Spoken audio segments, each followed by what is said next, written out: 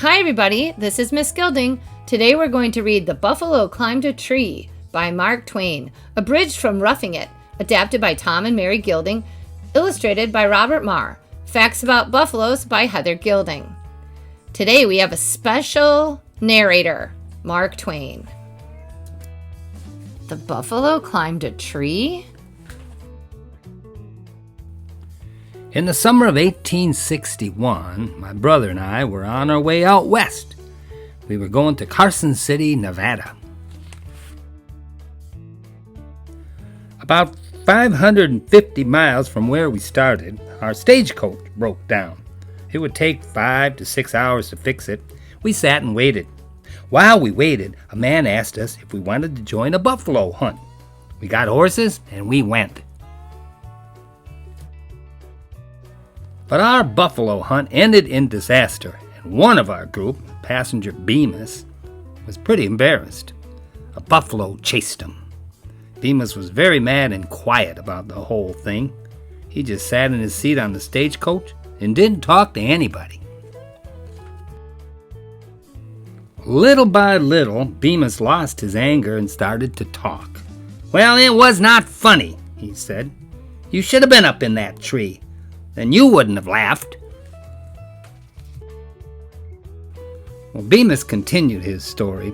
"If I'd have had a horse worth a cent, but no, the minute my horse saw that buffalo, he raised straight up in the air and stood on his heels. My horse was out of his mind. The saddle slipped. I held on tight to his neck. Then the buffalo came charging, and my horse started bucking and bucking.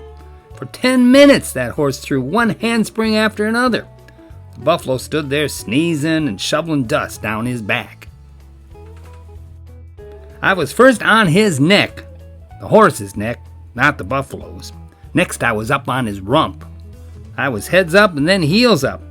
The buffalo made a snatch at us and made away with part of the horse's tail. You ought to have seen that horse go. And you ought to have seen that buffalo run after him, too, with his head down, tongue out, and tail up. It was a hot race. I held on to the horse with both hands, and I had the bridle strap in my teeth. First we passed the jackrabbit, then we passed the coyote dog. We were gaining on an antelope when the rotten strap broke. I was thrown 50 yards off to the left. Then the saddle went down all over the horse's rump. That horse kicked it more than 400 yards into the air.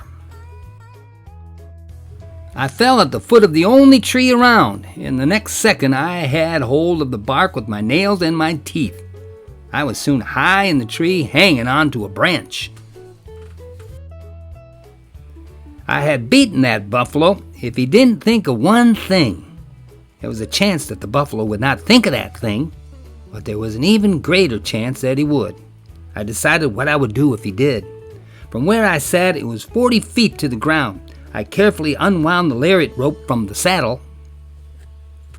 "Your saddle?" I said. I stopped Bemis and his story. "Did you take your saddle up in the tree with you?" "Take my saddle up with me," he said. "Of course I didn't. No one could do that. It fell in the tree when it came down." "Oh," I said. Bemis continued, "As I was saying, I unwound the rope and fastened it to the branch. I got it ready for throwing. I was ready for that buffalo, if he didn't think of the one thing that I dreaded. But don't you know that the very thing you dread is the thing that always happens? Sure enough, he started to climb the tree." "What?" I said in disbelief. "The buffalo?" "Of course, who else?" "But a buffalo can't climb a tree," I replied. "He can't, can he?" "Since you know so much," said Bemis, "did you ever see a buffalo try?" "No," I said. "I never dreamed of such a thing." Bemis said, "Because you never ever saw a thing? Is that any reason why it can't be done?" I looked at him. I let it pass. I asked, "What did you do?" Bemis continued, "The buffalo started up. He got about 10 feet up on the tree, then slipped and slid back. He started up again. Up he came, inch by inch. His eyes were hot. His tongue was hanging out.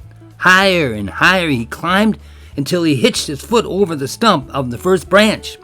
He looked up at me as if to say, "You are my meal." As that buffalo climbed higher, he was getting more excited. He was within 10 feet of me. I had the rope ready. I let it out slowly until it hung right over his head. I let go of the slack in the rope, and the slip knot fell right over his neck. I got out my little Allen gun, and quicker than lightning it went off with an awful roar and scared the buffalo. He let go of the tree. When the smoke cleared, there he was, dangling and dancing in the air. I climbed down the tree and ran.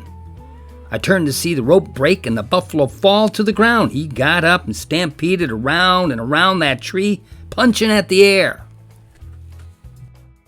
Bemis stopped his story. He took a big, deep breath.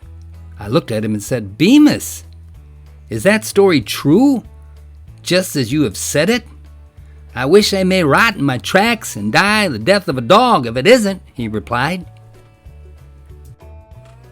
"Well," I said, "I can't refuse to believe it, but if there were just some proofs." "Proofs? Did I bring back my lariat rope?" asked Bemis. "No." "Did I bring back my horse?" "No." "Did you ever see that buffalo again?" "No." "Well then," he added, "what more do you want?" As I rode, bouncing along in that stagecoach, I looked out at the wide open prairie and majestic mountains beyond. I made up my mind that if that man Bemis was not a liar, he only missed it by the skin of his teeth.